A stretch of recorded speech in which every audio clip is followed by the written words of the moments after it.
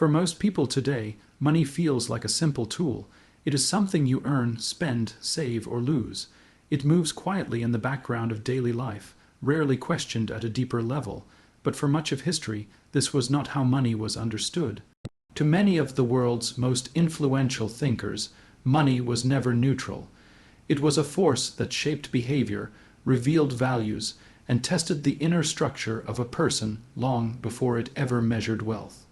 Ancient philosophers did not separate economics from ethics. They watched how people acted around money and noticed patterns that repeated across time and culture. Money seemed to amplify whatever already existed inside a person. In the disciplined, it revealed restraint. In the impulsive, it revealed excess. This was why money was treated with caution, even suspicion. It was powerful not because of what it could buy, but because of what it could bring out. Religious traditions reached similar conclusions. Early moral teachings often warned less about poverty and more about attachment. The concern was not that money existed, but that it quietly rearranged priorities. When money became the primary measure of success, other values slowly moved out of focus. Relationships thinned, responsibility narrowed. The inner compass that guided decisions became easier to bend. What is striking is how consistent this view was. These thinkers lived in different centuries, spoke different languages, and belonged to cultures that never interacted. Yet they observed the same phenomenon. Money changed how people thought about time, effort, and worth. It encouraged comparison. It rewarded accumulation, and without careful reflection, it slowly replaced purpose with possession. This did not mean money was evil. Most thinkers did not argue for its elimination. Instead, they treated it like fire, useful, necessary, but dangerous if left unattended. Money required limits, habits, and moral framing. Without those, it did not remain a servant for long. For the viewer, this idea lands quietly. There is no accusation, only recognition. Money already shapes modern life more than most forces. It influences where people live, how they work, and how they see themselves. The unsettling thought is not that ancient thinkers were fearful or outdated, but that they may have been observant in ways modern systems no longer encourage. This section does not rush to conclusions. It simply opens a door. If money has always carried moral weight, then treating it as purely technical may be a recent experiment rather than a timeless truth. And once that possibility settles in, it becomes difficult not to wonder what else has been overlooked. This quiet reframing invites patience, asking the viewer to listen longer, reflect deeper, and notice familiar systems with slightly altered perception. For many early thinkers, the real danger was never money itself, but what happened when restraint disappeared. Wealth, when accumulated without limits, was seen as something that quietly altered judgment. Aristotle warned that the endless pursuit of money distorted purpose, turning means into ends. Confucius spoke about balance and harmony, noting that excess in any form, especially wealth, disrupted both character and society. These were not abstract theories. They were observations drawn from watching how people behaved once they had more than they needed. What worried these thinkers was not comfort, but appetite. Money had a unique ability to expand desire faster than satisfaction. The more it accumulated, the more it demanded justification, protection, and growth. A person who once valued wisdom or service could slowly begin measuring success in numbers alone. This shift rarely happened suddenly. It happened quietly, through small compromises that felt reasonable at the time. Early religious traditions echoed the same concern. They noticed that wealth did not simply sit with a person. It asked something in return. Attention, loyalty, and trust were gradually redirected toward preservation and expansion. Over time, moral decisions became filtered through the question of loss or gain. The fear was not that people would become cruel, but that they would become narrow, reducing complex human values into financial outcomes. Across cultures, restraint was praised not because poverty was virtuous, but because limits protected clarity. Wealth without boundaries blurred the line between need and excess. It made status visible and comparison unavoidable. Once comparison took hold, social cohesion weakened. Envy, pride, and anxiety found fertile ground. These thinkers saw money as a social force as much as a personal one, capable of reshaping entire communities if left unchecked. By this point in the narrative, the viewer is no longer hearing isolated opinions. A pattern is forming. Independent civilizations reach the same conclusion by watching the same human tendencies repeat. This creates a quiet tension. If these concerns were so widespread and persistent, why are they rarely discussed today? What changed that made modern societies comfortable treating money as morally irrelevant? The transition from the earlier discussion feels natural because the focus narrows rather than shifts.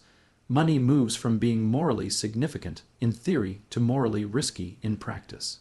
The viewer is gently guided from understanding that money matters to questioning how it alters behavior once it accumulates. There is no urgency, only a growing sense that something essential has been set aside. This section deepens curiosity without raising alarms. It suggests that the problem was never wealth itself, but forgetting to ask what wealth does to judgment, relationships, and priorities over time. And once that idea settles, the viewer is prepared to look at the modern world with a slightly different lens, ready to explore what may have been lost along the way. As societies grew larger and more complex, the way people talked about money began to change. Trade expanded, markets widened, and systems became too intricate to explain through personal virtue alone. Gradually, money was reframed. It was no longer discussed as something that shaped character, but as something that simply flowed. Numbers replaced judgment. Efficiency replaced reflection. What had once been a moral conversation slowly turned into a technical one. This shift did not happen because earlier thinkers were proven wrong. It happened because scale demanded simplicity. When millions of people participate in the same system, it becomes uncomfortable to talk about individual restraint or ethical responsibility. Those ideas feel subjective, difficult to measure, and hard to enforce. It was easier to describe money as neutral, to say it carried no values of its own, only the intentions of those who used it. Over time, this neutrality became an assumption rather than a choice. Economics separated itself from philosophy. Financial success was measured in growth, output, and returns, not in balance or social effect. The language itself changed. Words like virtue, restraint, and excess faded, replaced by productivity, incentives, and optimization. Money was no longer something that tested people. It was something people were expected to master. The viewer may begin to notice how familiar this feels. Modern financial systems rarely ask whether outcomes are healthy, only whether they are profitable. Decisions are justified through models and projections, not long-term human impact. When problems appear, they are treated as technical errors rather than moral blind spots. This does not mean the system is malicious. It means it no longer has the vocabulary to describe certain risks. At this point, a quiet realization forms.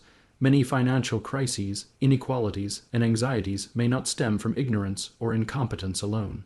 They may come from removing moral weight from something that still quietly shapes behavior. When money is treated as value-free, its influence becomes harder to question. Its effects are felt everywhere, but responsibility feels nowhere. The engagement remains steady because the narration does not accuse or dramatize. It simply connects patterns. Earlier thinkers did not warn about money because they misunderstood it. They warned because they observed human tendencies that have not changed. What changed was the willingness to talk about those tendencies openly. By reframing modern systems in this way, the viewer is not pushed toward anger or fear. Instead, they are invited into clarity. Money did not become harmless when it lost its moral framing.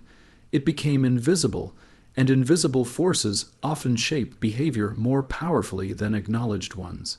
This insight settles slowly, preparing the ground for a final reflection on why these older ideas still matter, even in a world built on numbers and abstraction. Even though modern systems no longer speak about money in moral terms, the questions never truly disappeared. They were simply pushed beneath the surface. People still feel anxiety around wealth, guilt around success, and quiet unease about inequality, even when everything is described as efficient or necessary.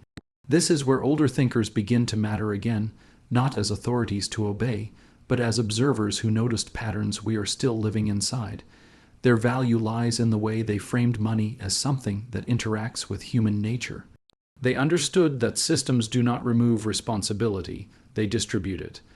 When money grows abstract, responsibility feels distant, but the effects remain personal. Stress, comparison, insecurity, and imbalance show up in individual lives long before they appear in charts or reports. These thinkers give language to that gap between numbers and experience. At this stage, the viewer begins to feel a quiet sense of alignment. The discomfort many people feel around modern finance is not irrational or uninformed. It is often a response to something unnamed. When money is treated as purely technical, people are left alone to interpret its emotional and social consequences. Older perspectives remind us that this discomfort was once openly discussed, not dismissed. The realization forming here is subtle but stabilizing. Money does not need to be moralized through rules or judgments to be understood morally. It needs to be seen clearly. When people recognize that money influences priorities, relationships, and self-worth, they regain a sense of orientation. The system may be vast, but awareness restores a degree of personal agency. The ending does not resolve curiosity by offering solutions. Instead, it reframes the way the viewer looks at everyday financial life. Spending, saving, ambition, and security are no longer just actions. They are signals, reflections of what is being valued, protected, or feared. This perspective does not demand change, but it invites attention. The emotional payoff is calm rather than dramatic. There is relief in realizing that confusion around money is not a personal failure, but a consequence of how it has been framed. The viewer feels intellectually satisfied without being overwhelmed. The mind settles into a clearer pattern of thought. The video closes by returning to its central idea. Great thinkers treated money as a moral force, not because they feared wealth, but because they respected its power. Seeing money clearly does not weaken modern life. It grounds it, and that quiet grounding is what lingers, making the ending feel complete, reflective, and worth returning to.